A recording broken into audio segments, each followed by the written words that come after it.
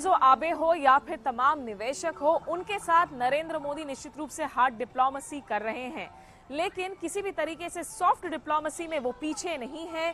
सांस्कृतिक रूप से भी तमाम लोगों के साथ जुड़ने की खास कोशिशें कर रहे हैं। फिर चाहे वो ड्रम बजाना हो, जो छवि आज हमने देखी बड़ी ही दिलचस्प वो तस्वीरें थी, कल उनके बांसुरी बजाने की तस्वीरें थी, या फिर बच्चों के साथ गीत गुनगुनाना, या फिर युवा स्टूडेंट्स के साथ में सेल्फी खिंचवाना। निश्चित रूप से भारत और जापान के रिश्तों को एक नए मुकाम में पहुंचाने के लिए नरेंद्र मोदी हर संभव कोशिश करते हुए नजर आए।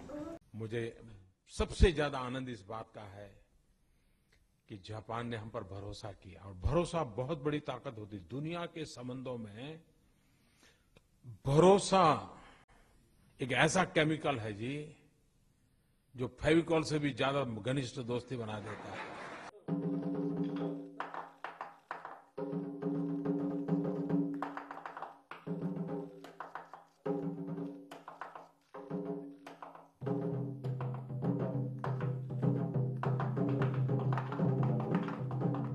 प्रधानमंत्री नरेंद्र मोदी सिर्फ जुबान से ही नहीं बल्कि हर तरह से जापान और उसके लोगों को ये बताने की कोशिश कर रहे थे कि जापान से उनका रिश्ता फेविकॉल से भी मजबूत है। मोदी इस रिश्ते की कद्र करते हैं, उनकी परंपराओं की कद्र करते हैं। कारण नहीं जानता हूँ, लेकिन मैं जब भी जापान आया हूँ और जब भी जापान के लोगों से मिलता हूँ, मुझे एक अलग सा अपनापन महसूस होता है। वो ये अपनापन क्या है मैं नहीं जानता, शास्त्र कौन से होंगे, लेकिन मुझे बहुत अपनापन लगता है। नरेंद्र मोदी की ये तीसरी जापान यात्रा थी। इसके पहले वो गुजरात के मुख्यमंत्री के तौर पर 2 बार जापान जा चुके हैं। जापान के प्रधानमंत्री शिंजो आबे चंद लोगों को ट्विटर पर फॉलो करते हैं, उनमें से नरेंद्र मोदी भी हैं। मोदी को जापान अपना लगता है, आखिर क्यों?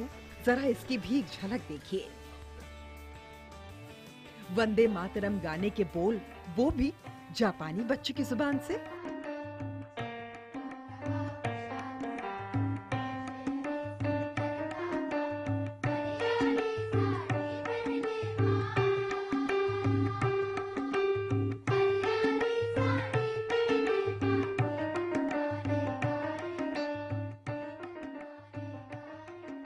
ये जब बच्चे गीत गा रहे थे,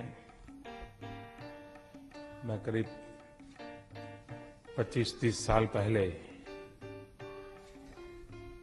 हर दिन इस गीत को गुनगुनाता था। ये मेरा बड़ा प्रिय गीत था। तो आज मुझे मेरी सारी थकान उतर गई। प्रधानमंत्री नरेंद्र मोदी की थकान उतर गई। पिछले 4 दिनों से नरेंद्र मोदी लगातार जापान में एक के बाद एक दौरे कर रहे हैं। कई प्रतिनिधि मंडल से मिल चुके हैं।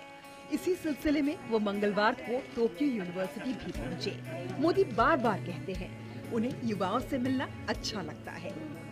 यहाँ युवाओं को भी उनसे मिलकर अच्छा लगा। मोदी ने उनसे बातचीत की, उनके भविष्य के बारे में, उनके सपनों के बारे में। छात्रों में मोदी के साथ सेल्फी खिंचाने की भी होड़ मची। छात्रों ने मोदी से सवाल जवाब भी किए।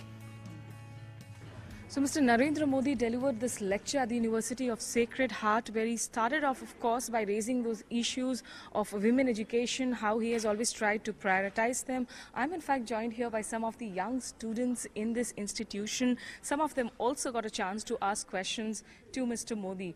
Beginning with you, what is your name? My name is Yumi Sano. I'm junior at International Studies. Yumi Sano, you asked a question to Mr. Modi. Yes. How did you find the answer? I asked about energy proposal and economic growth, and he said, and he has a really strong passion to his country, so it was so impressive for me. Right, it was impressive for you. Yeah. Hi, what is your name? My name is Meena Patel. Right. And Meena, what was your question to the Prime Minister? I asked about the environment and what he's planning to do to improve the environment. प्रधानमंत्री नरेंद्र मोदी के दिल में Japan किस कदर बसा है, वो उनके हाव भाव से पता चलता है।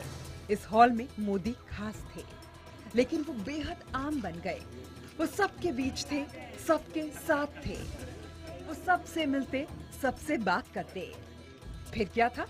मोदी के करीब जाने, उनसे रूबरू होने का मौका भला कोई कैसे छोड़ता। देर तक मोदी यूं ही मुस्कुराते सबका दिल जीतते गए।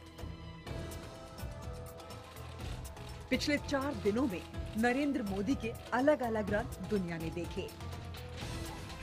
वो बच्चों के बीच बच्चे बन जाते, वो क्लासरूम में जाते हैं तो छात्र बन जाते हैं। टोक्यो के स्कूल में मोदी शिक्षा में नए नए प्रयोग को समझने गए थे और यहाँ भी अपनी अदा और अंदाज से जैसे छा गए। यहाँ उन्होंने बांसुरी थामी और दोस्ती की धुन बजाई।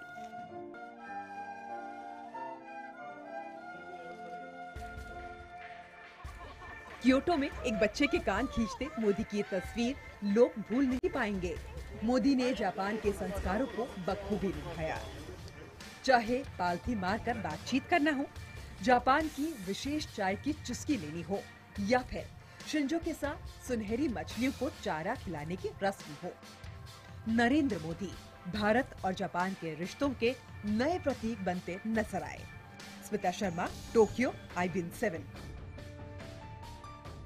तो टोक्यो से इस विशेष बुलेटिन में वीडियो जर्नलिस्ट अमित गिल और मुझे दीजिए इजाजत।